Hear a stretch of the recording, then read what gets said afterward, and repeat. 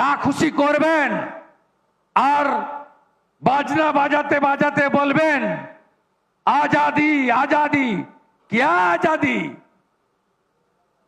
1947 15 August Azadi হয়ে গেছে। এরপরে তো বিশ্ব জয় করব আমরা, অখণ্ড ভারত হবে, যে স্বপ্ন ডক্টর শ্যামাপ্রসাদ মুখার্জি দেখেছিলেন। কলকাতার রাস্তায় দাঁড়িয়ে কাশ্মীর মাঙ্গে আজাদি বলবেন আর টক শোতে গিয়ে এদেরকে সাপোর্ট করবেন।